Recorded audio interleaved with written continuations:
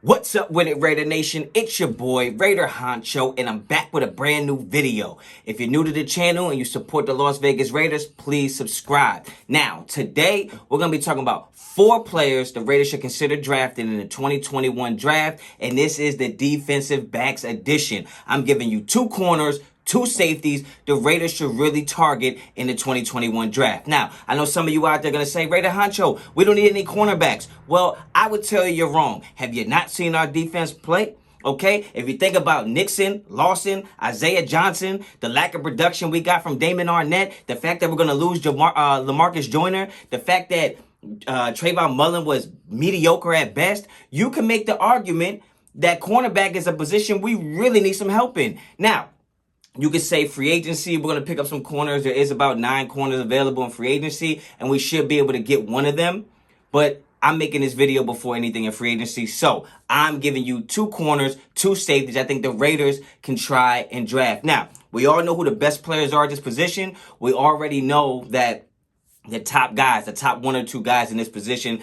I'm going to talk about the other guys. There's nothing worse than watching a draft for 2 hours, waiting for your team to pick, and when they hold that card up, they say a name you never heard of, right? So I'm here to give you the other guys, a little more depth to these positions. So let's get right into the video. Number 4, we're going J.C. Horn, cornerback, South Carolina. 6'1", 205, 4'6", projected probably to go late first or early second. Now, I know this is a little bit of a reach for the Raiders. I don't think they'll draft him in the first round, but if he falls to the second round, I would not be surprised to see the Raiders make a play to try to bring him in, okay? He's without a doubt one of the best corners on my list. He's also the most likely to not be there in our second round pick. But hey, you never know. In the draft, things happen. People slide up and down, okay? J.C. Horn is super aggressive, ultra competitive, and just a straight up dog. In my opinion, he's exactly what we thought we were going to get out of Damon Arnett. He's like the real version of Damon Arnett, the brand name Damon Arnett. Damon Arnett is like the Walmart version of this.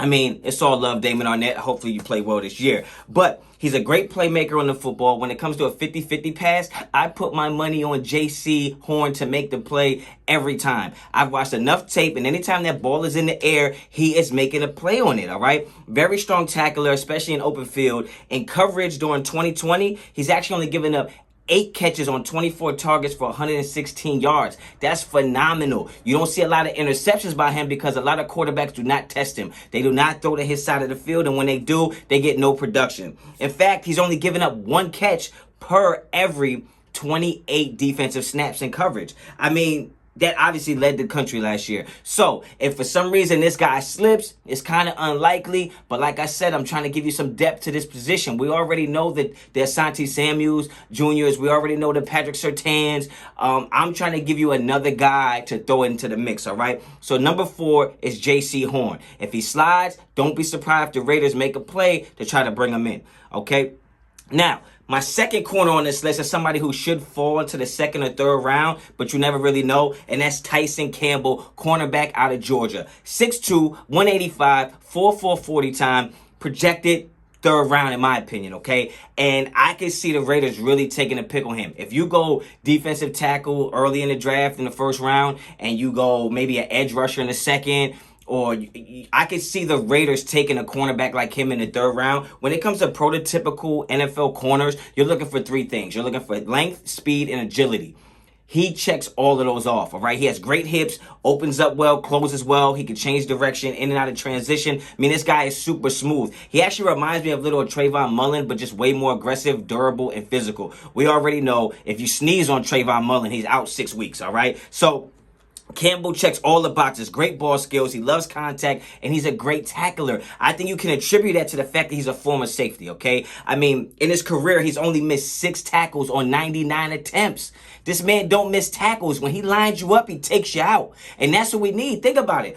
I already told you in one of my past videos, our defense led the league in missed tackles in 2020. We need to bring guys in who can play football and make tackles. On defense, that's half the battle. It's tackling a guy with the football. That's what we need, and this guy can bring it, man. Like I said before, he's super smooth. His best fit will probably be to play on the outside. He's not much of a slot corner.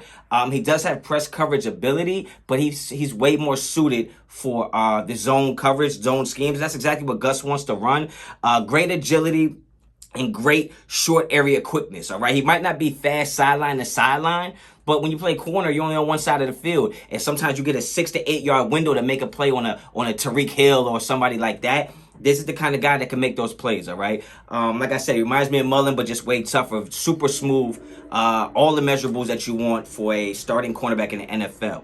All right, so let's keep this thing moving. If you agree with me so far, put it down there in the comments. If you disagree, put it down there in the comments. All is appreciated. Now, let's get into two safeties I can see the Raiders trying to pick up, okay? Now, the first one I'm going to talk about is somebody we could probably get later in the draft, and he goes by the name of Richard Lecount, free safety, Georgia. He's only 5'11", 190, runs about a 4.5, but I think he's projected to go like mid to third round to early fourth round, which means we could really bolster up our front seven and still pick a guy like this later in the draft, all right? Like, even though he seems like he's like the sixth best safety in the draft, I mean, the position is just loaded this year in the draft. It doesn't mean he can't play in the NFL, all right? He's more of a throwback safety to me. Reminds me a little bit about Ed Reed in a sense that he knows how to play the field and also play the run. I mean, he'll come up and smack you, okay? He'll come up and lay you out, and that's what I like about him, okay? He makes tackles in the run game. He understands that although he is a safety, he still has run fits. He still has run responsibilities. As a safety, you are an alley player. So even though you have pass responsibility first, you have to be able to come up and make plays, and he's a type of safety that has the patience to do that. Unlike Abram, who just seems to fly up all the time to make the big hit, like you saw against Kansas City, where he just totally blew a cover 3 coverage to try to stop Mahomes. Like, this guy doesn't do that. Lecount knows how to read pass first and then come up and make plays, okay? Super aggressive at the point of attack. Really will rock your face mask off. He matches up really good against big wide receivers and like big tight ends. And when we think about who we have to play and the division we play in, we need somebody who can match up against Kelsey. This guy can do it, all right? In 2019, he had 61 tackles, 4.5 tackles for a loss, 4 picks, 3 pass breakups, 2 forced fumbles, and 2 fumble recoveries. I mean, that's a heck of a year. He hit every stat you can have. As a free safety, I mean, he's leaving his imprint on every game he's ever played. In 2020, he actually had 26 tackles, 1 tackle for a loss, 3 interceptions, and 4 pass breakups, and he only played in 4 games. So this guy's a bona fide player. All right, 2020 all SEC first team. This is somebody, his pedigree is there. His resume is there, and the tape is there. I always tell you before, sometimes the names don't match the game, or the game don't match the names. This guy's name is actually smaller than his game, and I like those type of players for the Las Vegas Raiders to bring in here. I'm tired of bringing in guys who have the big names but don't have the tape to back it up. Okay, now, the next guy I want to talk about, the number one guy I think the Raiders should focus on targeting in this draft. All right, obviously not a huge name, right? We already know the best guys at the position, so don't get down in the comments and tell me who the best guy is at corner and the best guy at safety. We already know. I'm trying to tell you about the guys you don't know about, and this is a guy that I would love for the Raiders to pick either in the late second or if we get him in the third round, and that's going to be Elijah Molden, cornerback / safety from Washington. This boy is 5'10", 192, runs a 4.5 40, projected second or third round. Now, if we go edge rusher in the first round, and we go this safety, right? Because I think he's going to play safety in the NFL. He's listed as a corner, but I think he's going to play safety. And you go this safety at 48, you can come back and get an interior lineman for the defensive line. You can still get a Nixon or maybe, who knows? But you don't have to jump out the window and go safety first round, right? And go interior second. Like, you can go interior first round, or you can go edge first round, and then you can come and get this guy in the late second round, early third round. That would be a steal for us. This guy is super intelligent, has natural football instincts. He's regarded as the best slot corner in this draft, and we desperately need to replace LaMarcus Joyner. I am so done with him. He got ankle socks and baby teeth. It's not going to work out for us, okay? And this guy can also play safety, so he's super versatile. Molden has the best post-catch ball skills that I've seen on tape in like the last 5 years. And what I mean by that is that once the player makes the catch, what can he do to take the ball away from him? How can he knock it out? And from the time the ball touches the receiver's hands to the time he hits the ground, the pass is not complete yet because Molden can knock it out, okay? You got a lot of times where if you're playing competitive football, NFL, D1, receivers are going to make catches. That's just what happens. But what can the cornerback do to try to knock the ball out of their hands once they make the catch, right? This guy does that. He does not give up on any plays, okay? Flips his hips very well, in and out of transition, super athletic and super versatile. He knows how to bait the quarterbacks.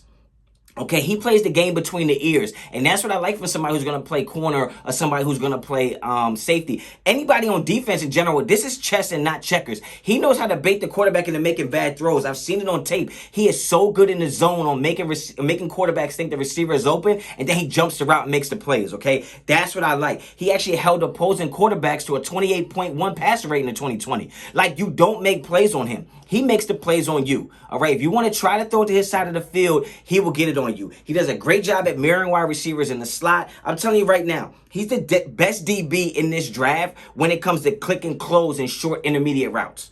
Okay, so when you got a slant or you got a 5-yard out, this is the kind of guy who can stop in his tracks, reset, get into a transition and break on the ball. That's what you want out of somebody who's going to play the slot. Okay, he plays well out of phase and in phase, even though for most of his career, he's been in phase, okay? If you don't know what that means, in phase is like when you're in the receiver's pocket. When you're out of phase, it means he might have a step or two on you, and you need recovery speed and post-catch ball skills to still be able to make a play on the ball. This guy has it all, right? He does a great job of coming off of routes and helping in coverage. So if you got a guy running a post on the outside, you got an inside guy or across the field, a guy coming across running a dig, he's smart enough to see the play developing, come off of the post and jump the dig route and help out in coverage. That's what you want, man. A guy who can just recognize what's going on. I can just imagine him in our secondary meetings. Just, look, guys, this is what they're doing. I've watched the tape. This is how we're going to play them. This is how we're going to beat them. You need that type of guy on the field, okay? He played 8 games as a true freshman, so you know he's a baller. In 2019, his junior year was his breakout year. Listen to this.